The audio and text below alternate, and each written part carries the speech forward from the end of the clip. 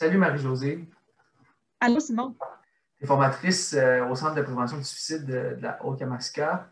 Pour la semaine de la prévention du suicide, là, on prend un temps pour déconstruire certains mythes, certaines croyances autour du suicide. J'aimerais ça que tu me dises, qu'est-ce que tu réponds aux personnes qui pensent que poser la question ou aborder le sujet du suicide encouragerait le passage à l'acte?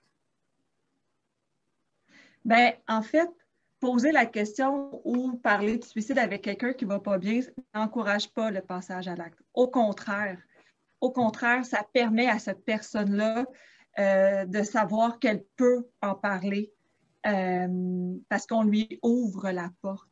Il faut se rappeler qu'une personne qui ne va pas bien, une personne qui vit une détresse puis qui est rendue au bout des moyens pour s'en sortir, elle ne sait plus vers qui se tourner. Puis parfois, il y a certains mythes, justement, certains préjugés qui sont là puis qui font en sorte que la personne se renferme encore plus sur elle-même.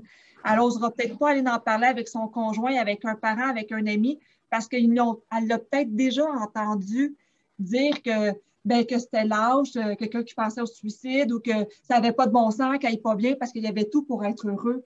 Alors, la personne qui ne va pas bien, mais elle s'emprisonne en quelque sorte avec sa détresse, avec son impression de devenir fou. Quand on est témoin qu'un ami, qu'un proche autour de nous se renferme sur lui-même, se replie, parle de moins en moins, bien, c'est à nous à aller la voir, cette personne-là, lui mettre la main sur l'épaule et dire « Hey, ça n'a pas l'air d'aller. » Si cette personne-là n'a pas d'idée suicidaire, comme on dit, penses-tu au suicide? C'est-tu risqué de poser la question, qu'ils se mettent à y penser au suicide?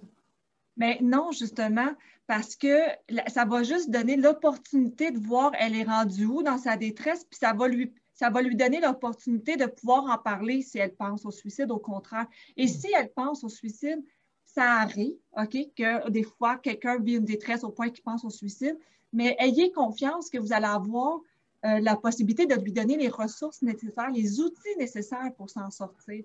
Donc, c'est pour ça qu'il faut parler de suicide. On le dit, parler de suicide sauve des vies parce qu'on en parle et on dirige la personne vers les bonnes ressources. Donc, on vient déjà de contrecarrer sa perception qu'elle ne sera pas capable de s'en sortir puis que c'est comme elle est à bout de ressources.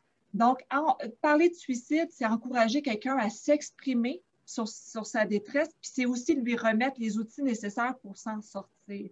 Parler de suicide, oui, mais pas n'importe comment. C'est pour ça que c'est important aussi d'aller voir les autres capsules vidéo pour savoir quel mot, quel langage utiliser à ce moment-là. Merci beaucoup, Marie-Josée, pour ton temps.